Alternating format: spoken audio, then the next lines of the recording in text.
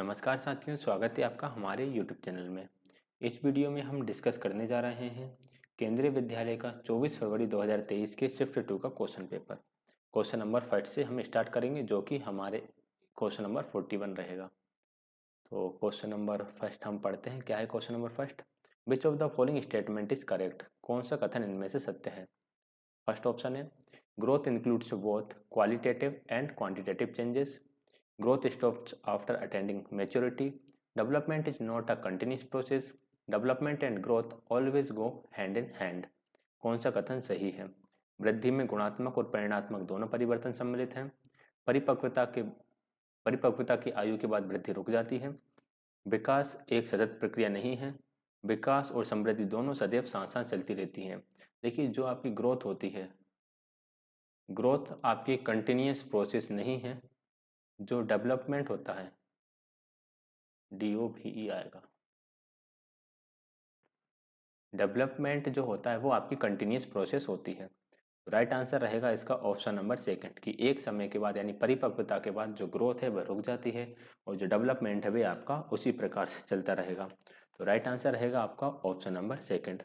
आगे बढ़ेंगे next question की तरफ। क्वेश्चन नंबर सेकंड क्वेश्चन है। अच्छा, एक बात और मैं आपको बता दूं, हमने जो KVS के प्रीवियस ईयर पेपर करे, हमने देखा कि फर्स्ट पेपर के जैसे ही हमारे 21 वाला और 23 वाला 22 वाला 23 वाला जो भी पेपर था वो लगभग सेम थे। यानी पिछले 4 क्वेश्चन पेपर जो हमने डिस्कस करे हैं उनमें क्वेश्चंस लगभग सेम आए थे, लेकिन इस वाले पेपर में क्वेश्चंस अलग आए हुए हैं। ये वाली शिफ्ट थोड़ी सी टफ रहेगी, तो इसके क्वेश्चन को ध्यान से समझना, काफ़ी अच्छे लेवल की अंडरस्टैंडिंग इसमें लगेगी।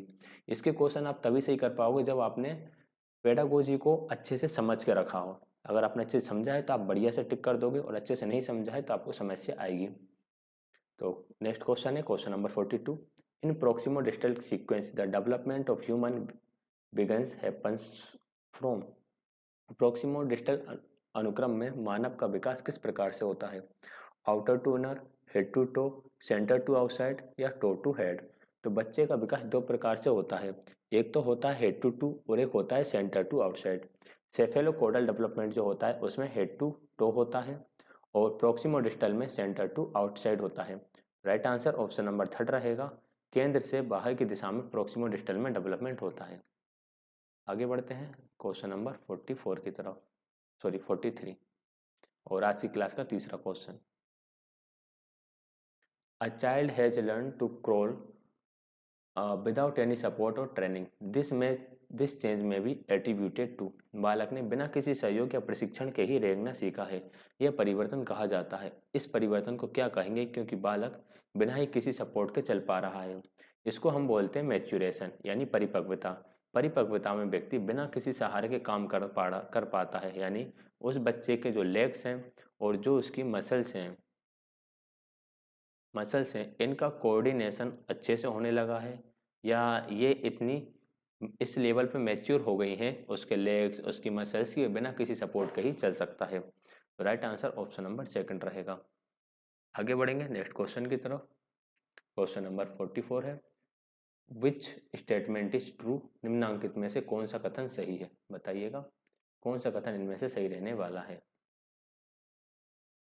Adolescence stage promotes new relation with age mates।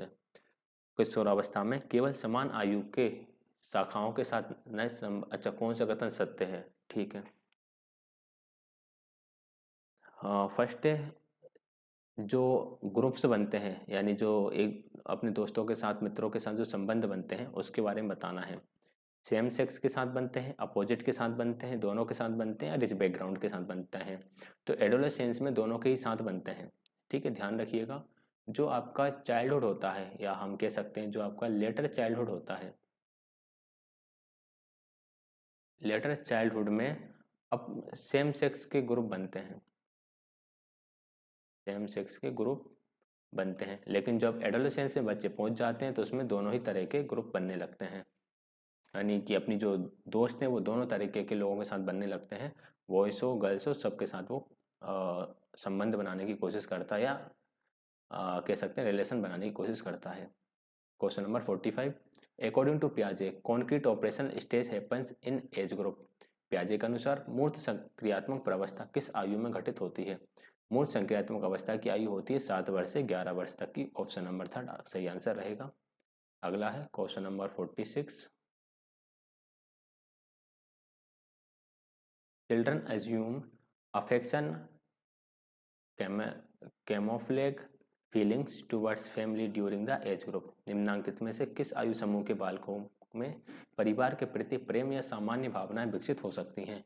Official answer की में 12 से 14 वर्ष दे रखा है कि 12 से 14 वर्ष के जो बच्चे होते हैं उनमें के अंदर परिवार के प्रति प्रेम भावनाएं विकसित होने लगती हैं। आवाज़ थोड़ी आपको कम लग सकती है क्योंकि मैं बहुत रात को ये वीडियो रिकॉर्ड कर रहा हूँ, तो अगर मैं तेज़ बोलूँगा तो आसपास जो हमारे फैमिली मेम्बर्स हैं जो आराम से सो रहे हैं वो जाग जाएंगे, क्योंकि वो कहते हैं कि तुम तो रात भर लगे रहते हो, हमारी नींद क्यों ख़राब करते हो, हम तो दिन में काम भी करते हैं। तो होता यह है कि भाई मैं सोता हूँ 9 बजे तक, वो लोग 5 बजे से उठ के काम करने लगते हैं, तो उनकी नींद डिस्टर्ब अपन नहीं कर सकते और आपके लिए वीडियोस प्रोवाइड करना ज़रूरी है। 47 को हम डिस्कस करेंगे। With regards to level of character development self centred stage refers to the age group. चरित्र विकास के स्तरों के संबंध में आत्म केंद्रित चरण का संबंध किस वय वर्ग से है? यानी सेल्फ सेंटर्ड स्टेज कौन सी होती है? सेल्फ सेंटर्ड स्टेज जिसमें बच्चा सिर्फ खुद के बारे में ही सोच रहा होता है। बच्चा खुद के बारे में सोचता है 2 से 6 वर्ष की आयु में, यानी जब बच्चा चाइल्डहुड में होता है या बाल्यावस्था में रहता है। उसे दूसरों से मतलब नहीं है, उसे खुद का ही फायदा दिखता है। Right answer option number first रहेगा। आगे बढ़ेंगे क्वेश्चन नंबर 48 की तरफ। क्वेश्चन नंबर 48 है, in the context of emotional development which statement is more correct. संवेगात्मक विकास के संदर्भ में निम्नांकित में से कौन सा कथन अधिक उपयुक्त है? Moral and religious training should be the sole responsibility of home and society. नैतिक और धार्मिक प्रशिक्षण गृह और समाज की ही जिम्मेदारी होती है। सिर्फ समाज की ही जिम्मेदारी तो ये नहीं होती है। Moral and religious training should be left to the choice of individual. नैतिक और धार्मिक प्रशिक्षण व्यक्तियों के विकल्प पर छोड़ देना चाहिए। हाँ ठीक है, लेकिन हम इसे इतना ठीक तो नहीं मानेंगे। Moral and religious training should from part of a school programme, बिल्कुल ठीक। नैतिक और धार्मिक प्रशिक्षण विद्यालय के ही कार्यक्रम का भाग होना चाहिए। Moral and religious training should be left to the concerned religion.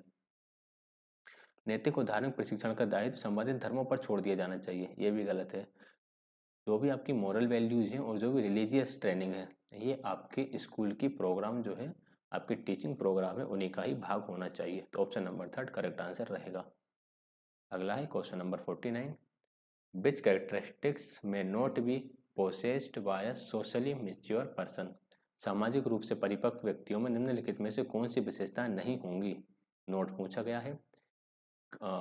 Critical the evils and mall practices in the society. समाज में व्याप्त बुरियों और कुरीतियों की आलोचना बिल्कुल करते हैं। जो परिपक्व लोग होते हैं वो समाज में जितनी भी आपकी इविल्स हैं उनका आलोचना करेंगे।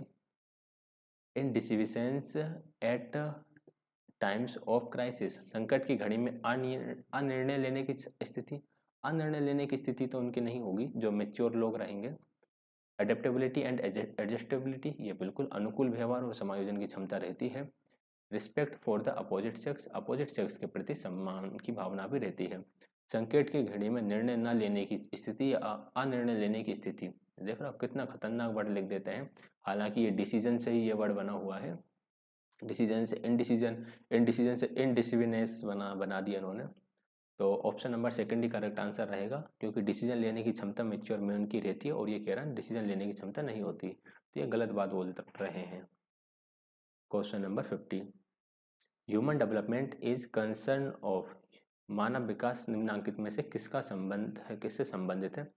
एंथ्रोपोलॉजी जो होता है, एंथ्रोपोलॉजी में नर जाति का विकास पढ़ा जाता है, यानी कि ह्यूमन जाति कैसे विकसित हुई इसके बारे में बताया जाता है। लेकिन मानव डेवलपमेंट जो है कि मानव का विकास ह्यूमन के बारे में पढ़ते हैं तो एंथ्रोपोलॉजी में पढ़ते हैं। मानव के पूरे जन्म से मतलब उत्पत्ति से लेकर अभी तक का विकास, इसको हम पढ़ेंगे साइकोलॉजी में। ये एक साइकोलॉजी का भाग है जिसमें हम ह्यूमन डेवलपमेंट पढ़ते हैं। ह्यूमन का विकास किस प्रकार से होता है, जिसमें उसका physical development, moral development, psychological development and psychomotor development जो है वो सारे ही जो 4 एस्पेक्ट हैं वो चारों आ जाते हैं। Question number 51। क्वेश्चन नंबर 51 है, which of the following statement is correct? निम्न में से कौन सा कथन सही है? Adequate level of intelligence is not necessary condition for being creative. सृजनशील होने के लिए पर्याप्त बुद्धिमत्ता का स्तर होना आवश्यक नहीं है। ये स्टेटमेंट गलत है। बच्चे किसी व्यक्ति को क्रिएटिव होने के लिए एक लेवल का बुद्धि यानी आईक्यू तो होना ही चाहिए। One may not possess high intelligence without having creative abilities. जरूरी नहीं है कि जिसका हाई आईक्यू हो वो क्रिएटिव हो भी सकता है और वो क्रिएटिव नहीं भी हो सकता है। Creative test also measure speed and accuracy. Creative test speed and accuracy को सही तरीके से मेजर नहीं कर पाते, तो यह स्टेटमेंट भी गलत है। Convergent thinking is the basis of intelligence. ये ठीक है, हमारी बुद्धि का आधार कन्वर्जेंट थिंकिंग होती है। जब ये कन्वर्जेंट थिंकिंग बढ़ते बढ़ते डाइवर्जेंट थिंकिंग में बदल जाती है तो वो फिर हमारी क्रिएटिव थिंकिंग वहाँ पे या क्रिएटिविटी वहाँ पर बढ़ जाती है। तो ये ऑप्शन ठीक है। अभिसारी चिंतन बुद्धि का आधार होता है, यानी जो बेस है आपका, जहाँ से आपके इंटेलिजेंट शुरू होती है, वो कन्वर्जेंट थिंकिंग होती है। और कन्वर्जेंट थिंकिंग से ही जब व्यक्ति डाइवर्जेंट थिंकिंग में बोलता है तो उसकी मतलब हायर लेवल की इंटेलिजेंस वहाँ पर हो जाती है। यहाँ पे क्रिएटिविटी आ गई है तो आप क्रिएटिविटी की कुछ चीज़ याद रखिएगा। क्रिएटिविटी के आपके 4 एलिमेंट्स होते हैं। आप लोग शायद इन एलिमेंट से बिल्कुल वाकिफ़ होंगे। एक तो आपका फ्लुएंसी होता है, आपने सीटेट के टाइम पे पढ़ा होगा। एक आपका फ्लेक्सिबिलिटी होता है, एक आपका ओरिजिनलिटी होता है, और एक आपका एलेबोरेशन होता है। ठीक है, इसके साथ साथ 4 पीज होते हैं क्रिएटिविटी के। क्रिएटिविटी के 4 पी कौन कौन से होते हैं? एक पी आपका पर्सन होता है, दूसरे पी का मतलब होता है प्रोसेस, तीसरे पी का मतलब होता है प्रेस यानी आपका एनवायरनमेंट, और चौथे पी का मतलब होता है प्रोडक्ट। अगर आपने डीएसएसबी के पी वाई क्यूज देखे होंगे तो वहाँ पर आपको 4 पी से रिलेटेड क्वेश्चंस मिले होंगे, या आपने थोड़ी बहुत एनआईओएस पढ़ी होगी तो वहाँ पे आपने 4 पी से संबंधित चीज़ें पढ़ी होंगी। तो ये थोड़ा सा आप क्रिएटिविटी के बारे में याद रखना। नेक्स्ट है question number 52। The development of feelings of appreciation and attitudes come under the domain of. भावना और अभिवृत्ति का विकास किस क्षेत्र के अंतर्गत आएगा? तो हमें पता है जो हमारी भावना है वह अफेक्टिव डोमेन यानी कि भावनात्मक विकास के अंदर आती हैं। ऑप्शन नंबर 3 करेक्ट आंसर रहेगा।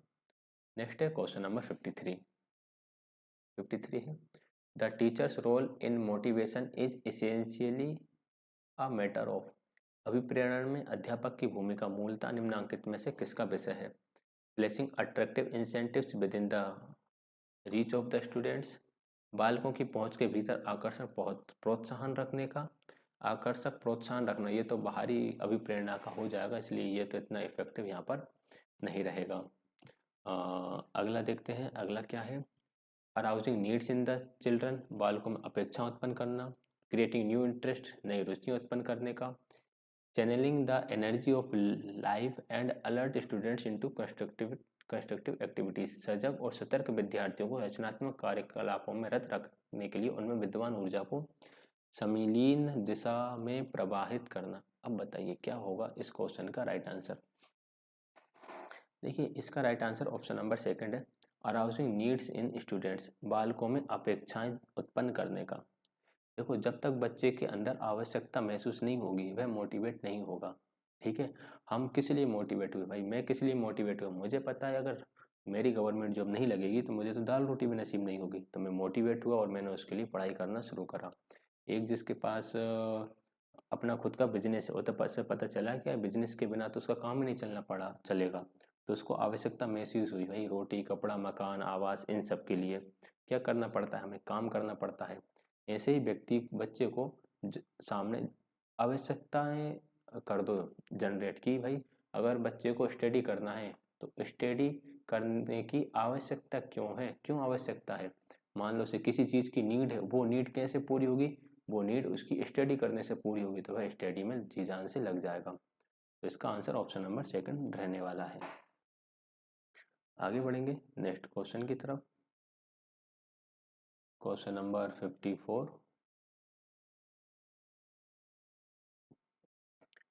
fill in the blanks है, schools can be considered group as far as socializing agency is concerned।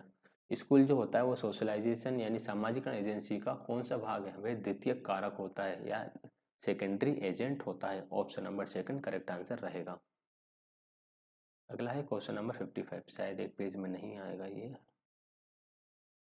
थोड़ा छोटा कर लेता है।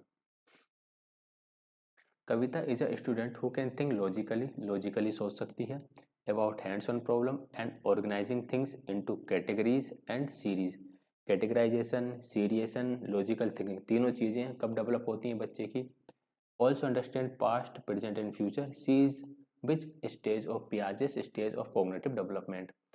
एक कविता नाम की कोई बच्ची है जो तार्किक दृष्टि से चिंतन कर सकती है, चीज़ों को श्रेणियों और श्रृंखला में व्यवस्थित कर सकती है, भूत वर्तमान भविष्य की जानकारी भी उसे है या इनको भी वह समझ सकती है।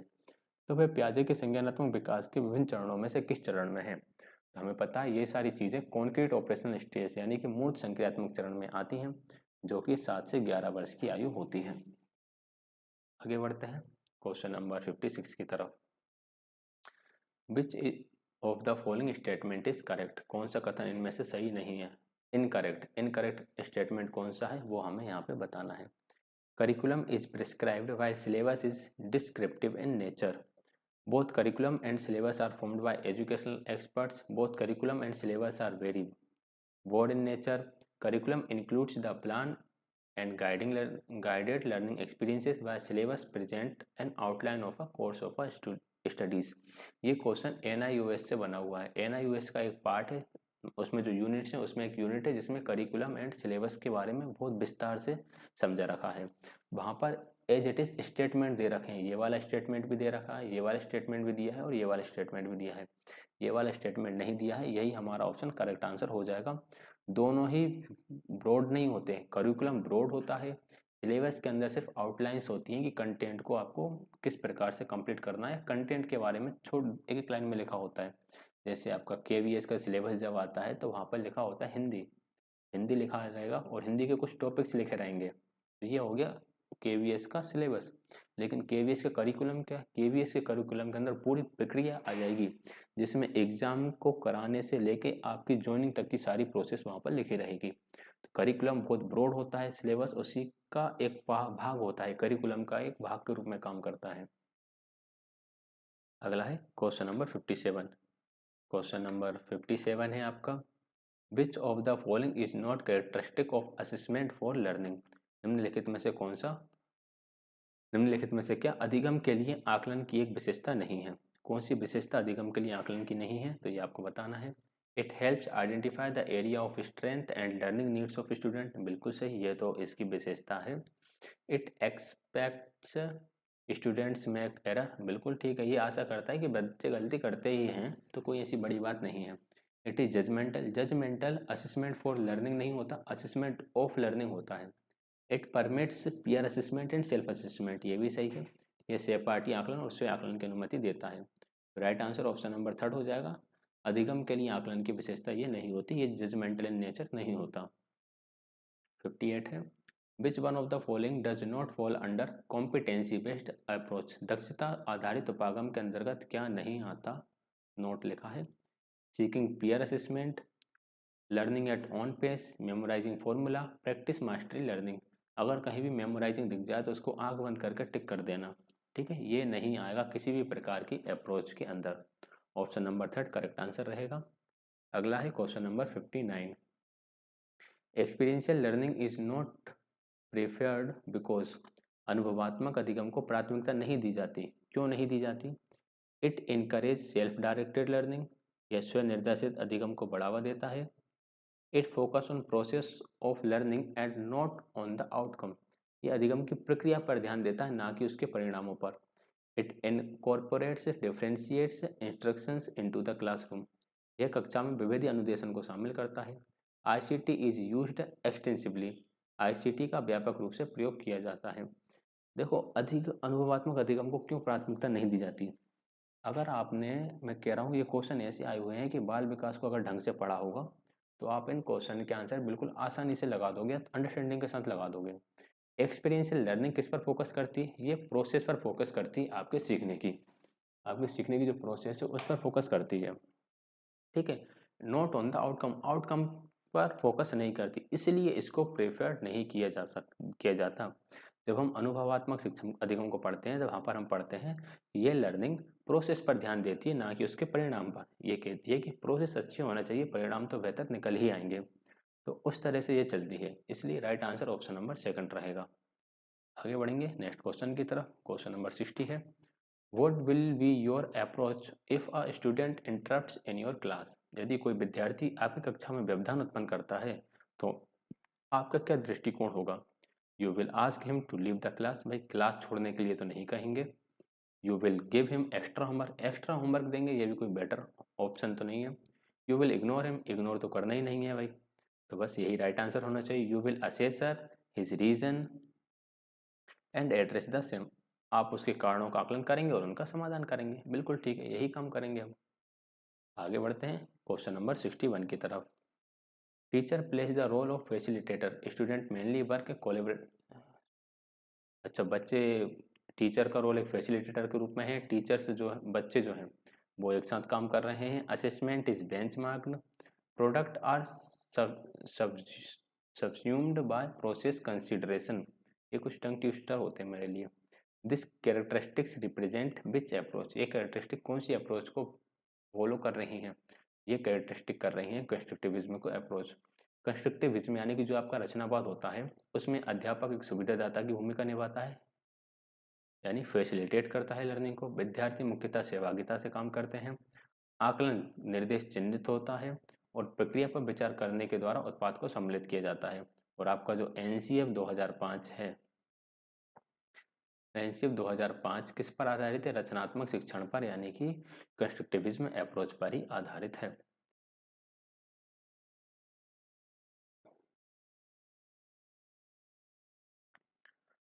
क्वेश्चन नंबर 62 है, which of the following is correct, इनमें से कौन सा सत्य है। Assessment refers to a process by which attribute some phenomenon are quantified. इसको असेसमेंट नहीं बोलते हैं, इस चीज को बोलते हैं measurement.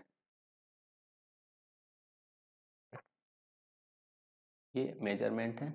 Assessment is process by which information is obtained relative to some kind objectives, ये बिल्कुल ठीक।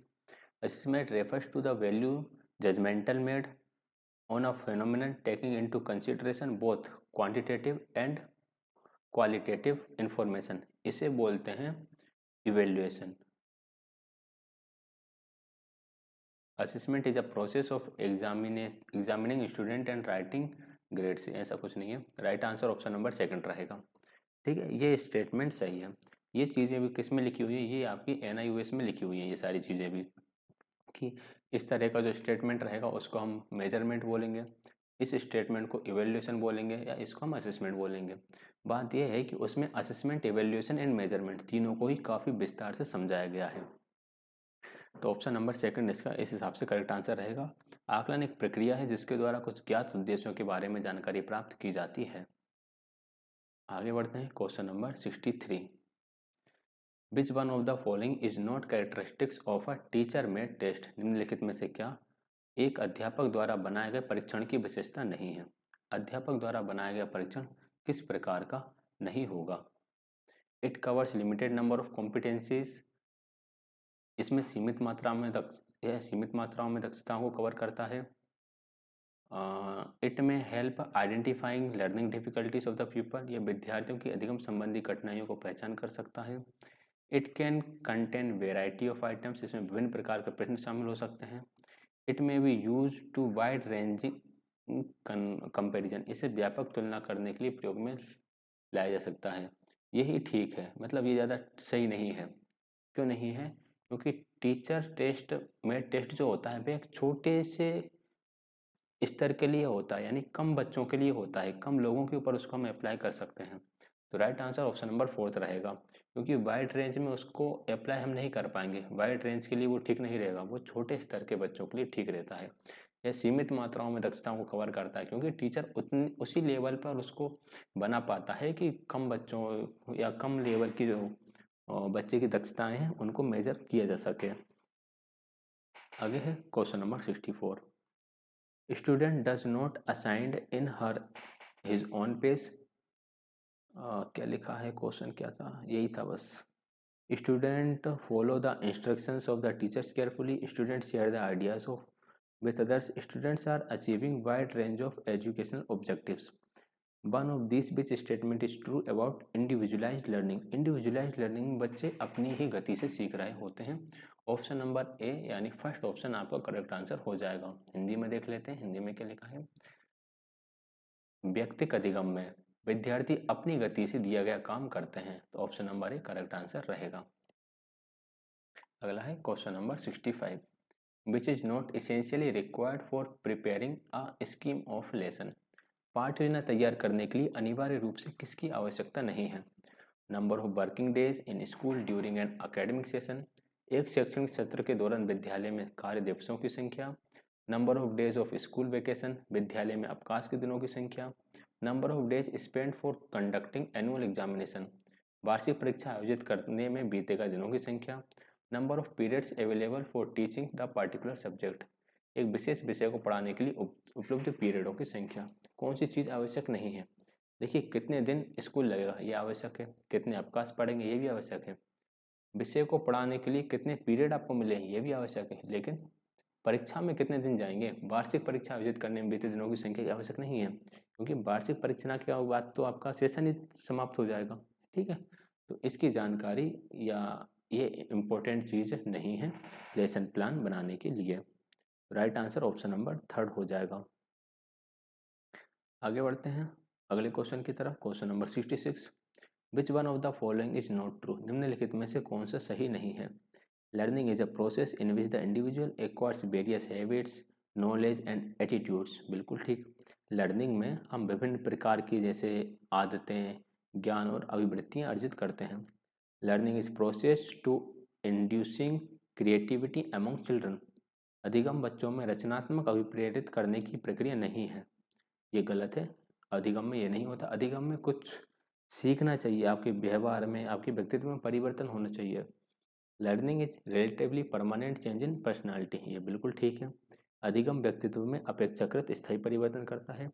Learning is a process by which behaviour is originated और मॉडिफाइंग थ्रू द ट्रेनिंग, ये भी ठीक। अधिगम एक प्रक्रिया है जिसके द्वारा प्रशिक्षण के माध्यम से व्यवहार को उद्धत अथवा परिवर्तित किया जा सकता है, तो option number second correct answer हो जाएगा। क्वेश्चन नंबर 67 है, how many behaviours be include in single observation so that is more scientific और वैलिड, एकल अवलोकन में कितने व्यवहार शामिल किए जाएं ताकि अधिक वैज्ञानिक और वैध हो सके? तो एकल अवलोकन में दो या तीन, सॉरी 1 और 2, एक या दो व्यवहार शामिल किए जाएं ताकि ये अधिक वैज्ञानिक और वैध हो सके। इससे ज़्यादा करोगे तो इसकी वैलिडिटी वहाँ से फिर क्षीण होती जाएगी। अगला है question number 68, what is not an advantage of similar ability grouping, समान योग्यता समूह का क्या लाभ नहीं है? बताइए, समान योग्यता ग्रुप में क्या होगा? Possibilities of designing remedial activity, उपचारात्मक क्रिया निर्माण की संभावना। अगर सिमिलर एबिलिटी ग्रुप है तो वहाँ पे रेमेडियल एक्टिविटी आसानी से कर सकते हैं, क्योंकि एक ही प्रकार की आपको रेमेडियल एक्टिविटी कराना है। Reduction of ability gap between groups, समूह के बीच योग्यता अंतर की कमी, योग्यता अंतर की कमी को आप कभी नहीं भर सकते, ये तो रहेगी ही रहेगी। Learning at children on pace, ये ठीक है, बच्चों अपनी गति पर अधिगम कर सकते हैं। Possibilities of more cooperation among group members, समूह के सदस्यों के बीच अधिक सहयोग की भावना रहती है, क्योंकि सारे एक ही एबिलिटी वाले ग्रुप हैं। लेकिन जो योग्यता है, योग्यता में जो गैप है, वो गैप तो जैसा है वैसा रहेगा। Option number second correct answer हो जाएगा। ठीक है, question number 69, which one of the following may not be a part of strategy for assessment of learning, निम्नलिखित में से क्या अधिगम का आकलन की कार्यनीति का भाग नहीं हो सकता? Observation, peer assessment, students response या एनालिसिस ऑफ स्टूडेंट्स वर्क। इसके ऑप्शन थोड़े गड़बड़ बने हैं, लेकिन ऑप्शन नंबर सेकंड बिल्कुल हम हटा सकते हैं। जो पीयर असेसमेंट होता है वो असेसमेंट एज लर्निंग का पार्ट होता है, फॉर्मेटिव असेसमेंट के अंदर हम इसको इंक्लूड कर सकते हैं, तो right answer option number second इसका रहेगा 69 का। आगे बढ़ते हैं क्वेश्चन नंबर 70 की तरफ। A mentally challenge child can, मानसिक रूप से कमजोर बालक attain mastery like other child, अन्य बालकों की तरह ये मास्टरी हासिल नहीं कर पाते हैं क्योंकि ये मेंटली थोड़े से चैलेंज्ड होते हैं। Note attain mastery at all, बिल्कुल भी हासिल नहीं कर सकते, ये भी गलत है। Attain mastery but would need more time, ये ठीक है। Attain mastery with alternative suitable environment and method, ये और भी ठीक है। भाई ये मास्टरी हासिल कर सकते हैं लेकिन वैकल्पिक उपयुक्त वातावरण और विधि, जिस विधि से हम सीख रहे हैं उस विधि से ये नहीं सीख सकते, लेकिन इसके अलावा और किसी विधि से तो ये सीख सकते हैं। तो ऑप्शन नंबर 4 यहाँ पे करेक्ट आंसर रहेगा। अगला है question number 71, regular meditation help, नियमित ध्यान किस में सहायता करता है? नियमित ध्यान आपकी मेंटल हेल्थ यानी मानसिक स्वास्थ्य में सहायता करता है। क्वेश्चन नंबर 72 है, who is eligible for free education among disabled children according to PWD bill 2016, इसको आरपीडब्ल्यूडी बोलना चाहिए। इसके हिसाब से 6 से 18 वर्ष तक आयु वर्ग के बच्चों को निःशुल्क शिक्षा की प्राप्त करने का अधिकार है। 73 है, the role of school is addressing disability related discuss issues is, अयोग्यता संबंधी मुद्दों के समाधान में विद्यालयों की भूमिका क्या है? Apathy, sympathy, giving equal opportunities without any discrimination या एम्पैथी। देखो अयोग्यता संबंधी मुद्दों के लिए विद्यालय की भूमिका ये रहेगी कि उनको समान अवसर मिले, बिना किसी भेदभाव के उनको सभी को समान अवसर दिए जाएं। नेक्स्ट क्वेश्चन है, व्हाट इज मेंटल हेल्थ, मानसिक स्वास्थ्य क्या है? संज्ञानात्मक, व्यवहारगत और भावनात्मक स्वस्थता। It is a cognitive, behavioural and emotional wellbeing, यही आपकी मेंटल हेल्थ होती है। ठीक है, इजी इजी क्वेश्चन उनको फटाफट कर लेंगे। व्हाट इज हाइड्रोसेफेलस, ये पिछले में भी आया था। हाइड्रोसेफेलस क्या होता है? It is a cranial anomaly leading to accumulations of fluid in brain, यानी कि हमारे ब्रेन में कुछ फ्लूइड जमा हो जाता है, तरल पदार्थ एकत्रित हो जाता है, जिससे थोड़ा सा ब्रेन गड़बड़ हो जाता है, उसको हाइड्रोसेफेलस बोलते हैं। Poor hand writing is a characteristic features of, hand writing खराब है तो क्या है? डिस्ग्राफिया है। Option number first correct answer रहेगा। 77, school are facing challenges in addressing mental health issues due to, विद्यालय किसके कारण मानसिक स्वास्थ्य संबंधी मुद्दों को सुलझाने में चुनौतियों का सामना कर रहे हैं? क्या नहीं है? स्टोरेज ऑफ फंड्स तो बहुत है स्कूलों वाले, प्राइवेट स्कूलों के पास तो भर के फंड है, गवर्नमेंट में बहुत फंड आता है। लैक ऑफ प्रोफेशनल एक्सपर्ट्स, ये ठीक है, प्रोफेशनल एक्सपर्ट्स नहीं है। अवेयरनेस तो आजकल जागृत हो ही गई है। माता पिता कुछ निरक्षर हैं, कुछ साक्षर भी हैं, लेकिन ये इम्पोर्टेंट नहीं है। तो पेशेवर विशेषज्ञों की कमी है, इस वजह से जो मेंटल हेल्थ इशू है उसके चैलेंजेस हैं, हम उसको दूर नहीं कर पा रहे हैं। Question number 78, is the example of intellectual disability, बौद्धिक अयोग्यता का एक उदाहरण कौन सा है? लो विजन, लोकोमोटर इम्पेयरमेंट या लो हेयरिंग, ये सारी डिसेबिलिटी के उदाहरण हैं। ऑटिज्म जो है वो एक इंटेलेक्चुअल डिसेबिलिटी है। ये आपके लोकोमोटर डिसेबिलिटी है, या जैसे हम कह सकते हैं ये आपकी मोटर डिसेबिलिटी है। साइकोमोटर डिसेबिलिटी भी नहीं हम कह सकते हैं, लेकिन सॉरी साइकोमोटर तो सिर्फ इसमें जाएगा। विजन और हेयरिंग आपकी अलग प्रकार की डिसेबिलिटी हो गई, ये किसी ऑर्गन को लेकर डिसेबिलिटी है, जबकि ये लर्निंग डिसेबिलिटी है। जो ऑटिज्म जो है वो सीखने को प्रभावित करेगा। लो विजन, यहाँ पर ये वर्ड मिटा देता हूँ क्योंकि ये वर्ड तीनों के लिए नहीं लागू होगा, ये सिर्फ सेकंड ऑप्शन के लिए लागू होगा। लो विजन, लोकोमोटर इम्पेयरमेंट और लो हेयरिंग, ये आपके इंटेलेक्चुअल को प्रभावित नहीं करेगा। कम सुनने वाला भी अच्छा इंटेलिजेंट हो सकता है, कम देखने वाला भी इंटेलिजेंट हो सकता है, और जिसको पढ़ने, जिसके हाथ पैरों में दिक्कत हो वह भी इंटेलिजेंट हो सकता है। लेकिन जो ऑटिज्म से ग्रसित है उसे सीखने में समस्या होगी, उसकी लर्निंग प्रभावित होगी। 79 है, loss of body part is known as, शरीर के किसी भाग की हानि क्या कहलाती है? किसी भाग की हानि हैंडीकैप कहलाती है। Option number first correct answer रहेगा। क्वेश्चन नंबर 80 है, the basic principle of counselling in school is, विद्यालय में परामर्श देने का मूल सिद्धांत क्या है? काउंसलिंग क्यों दी जाती है स्कूल में? कोऑपरेशन के लिए, एम्पिरिकल एविडेंस, एक्सेप्टेंस या डाटा कलेक्टिंग?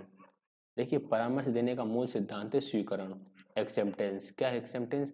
कि जो मेंटल हेल्थ है उसको एक्सेप्ट करना कि नहीं, इसको भी सुधार की आवश्यकता है और इसे भी अच्छा किया जा सकता है। और मेंटल इश्यूज भी किसी बच्चे के अंदर या टीचर के अंदर, स्टाफ के अंदर हो सकते हैं।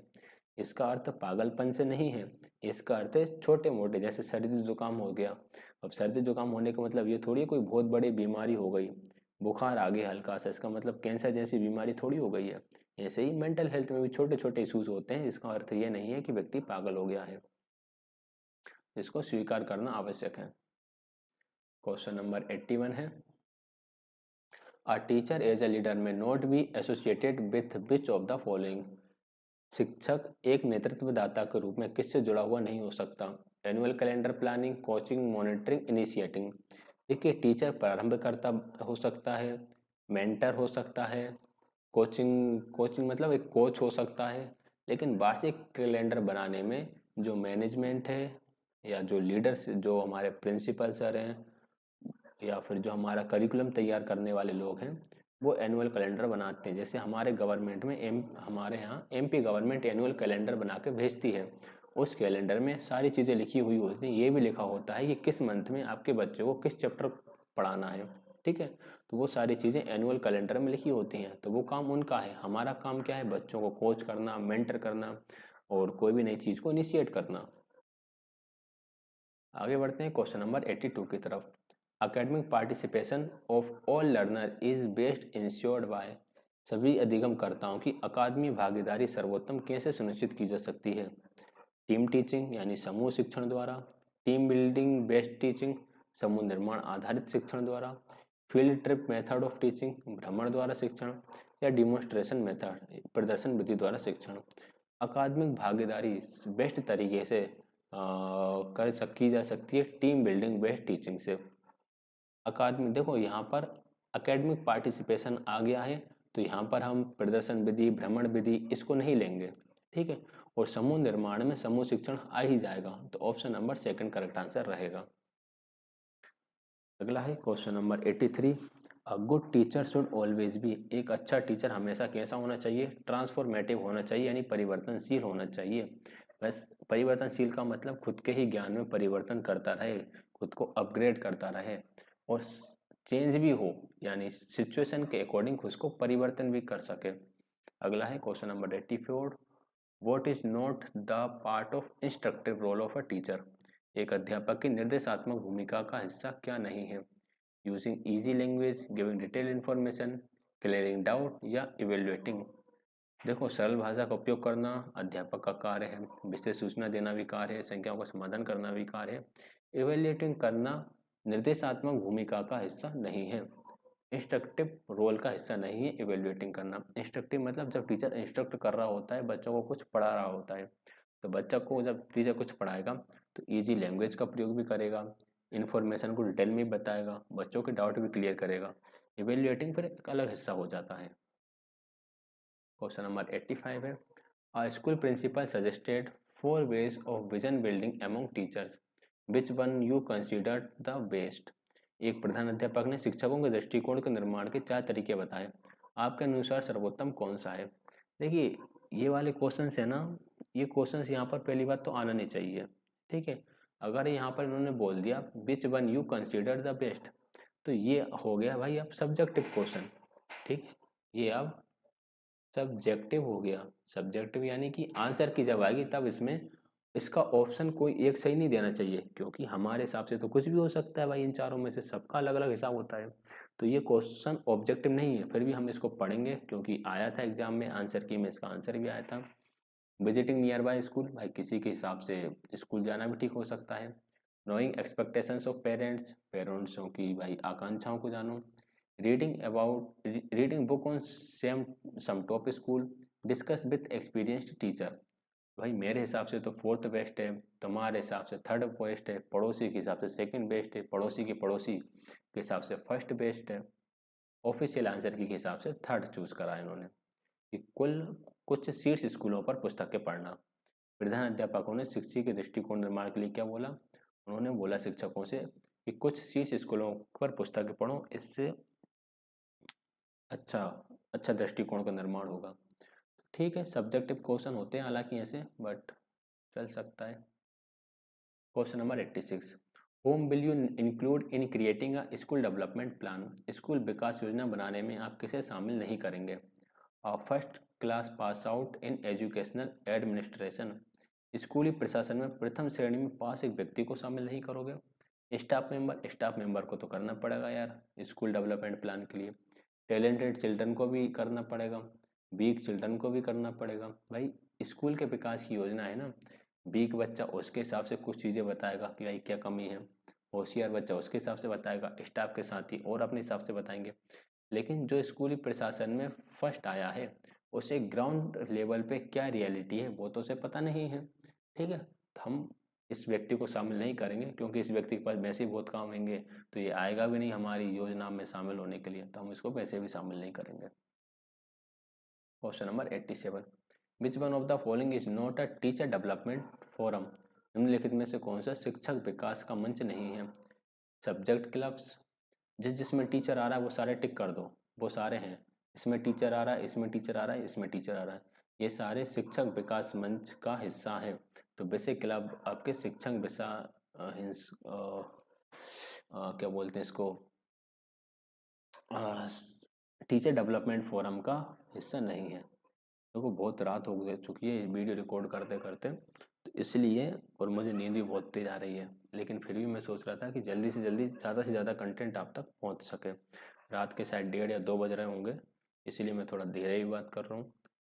कोई नहीं तो आसपास के पड़ोसी जाग जाएं, क्या कर सकते हैं, तो वो ही कहने लगे कि आपके घर से किसी के बात करने की आवाज़ आती है रात रात में, तो नहीं तो कोई ये कहने लगे कि भाई आपका लड़का तो अकेला बात करता रहता है, इसको कोई मेंटल इश्यूज है। ठीक है, तो कोई भी बात फैल सकती है, तो इसलिए हम उनको आराम से ही पढ़ते हैं। In class 5 time table which subject should be taught in first period? कक्षा 5 में पहले कालांश में किस विषय को पढ़ाया जाना चाहिए? इन्होंने ये बताया है इनके हिसाब से कि पहले कालांश में मैथ्स को पढ़ाना चाहिए क्योंकि बच्चों का माइंड एकदम बिल्कुल फ्रेश होता है, मैथ्स को वो जल्दी कैच कर सकते हैं। Question number 89, which one of the following may help maximum in developing thinking and reasoning ability among student? छात्रों में चिंतन और तर्क शक्ति विकसित करने में निम्न में से कौन एक सर्वाधिक सहायक हो सकता है? बच्चों के अंदर थिंकिंग एंड रीजनिंग एबिलिटी को डेवलप करना है, ऐसे writing, teaching topics on space science, learning biology या लर्निंग हिस्ट्री? तो थिंकिंग एंड रीजनिंग एबिलिटी तो स्पेस साइंस को डेवलप करने पढ़ाने से ही बढ़ेगी। अंतरिक्ष विज्ञान के बारे में पढ़ाओगे तो उससे चिंतन भी बढ़ेगा, अंतरिक्ष कैसा होता है, क्या होता है, कैसे वहाँ पर रॉकेट लॉन्च होते हैं, सैटेलाइट कैसे काम करती हैं। क्वेश्चन नंबर 90 है, विच one of the following is not a learning community? निम्नलिखित में से कौन सा अधिगम समुदाय नहीं है? डिस्कशन ग्रुप इन लोकेलिटीज, बस्तियों के चर्चा समूह, ये लर्निंग कम्युनिटी का हिस्सा है, इससे कुछ ना कुछ सीखने को मिलेगा। फैकल्टी डेवलपमेंट प्रोग्राम ग्रुप यानी संकाय विकास कार्यक्रम समूह, ये भी एक लर्निंग कम्युनिटी का भाग है।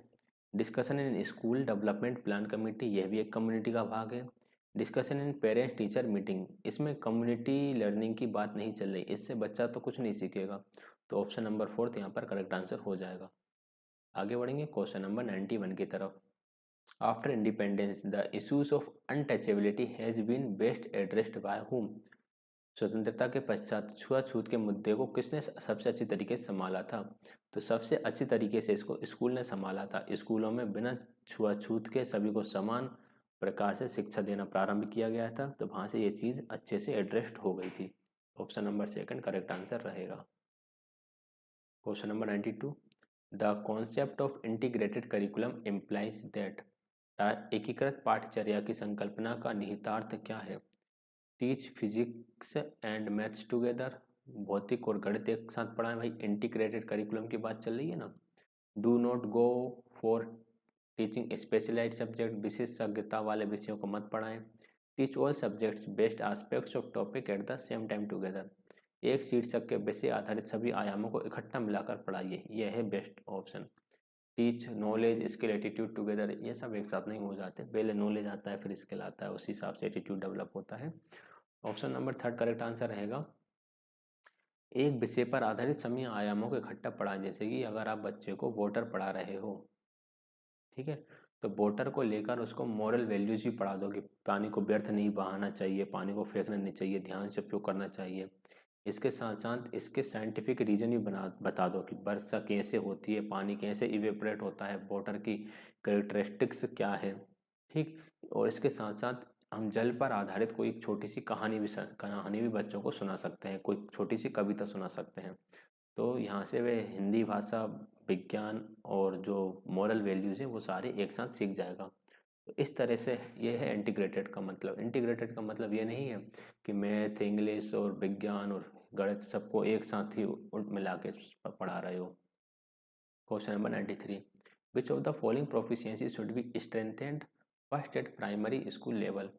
प्राथमिक स्तर पर निम्न में से किस निपुणता को मजबूत करने पर पहले ध्यान दिया जाना चाहिए? Social science, science, environmental science या लैंग्वेज एंड मैथ्स।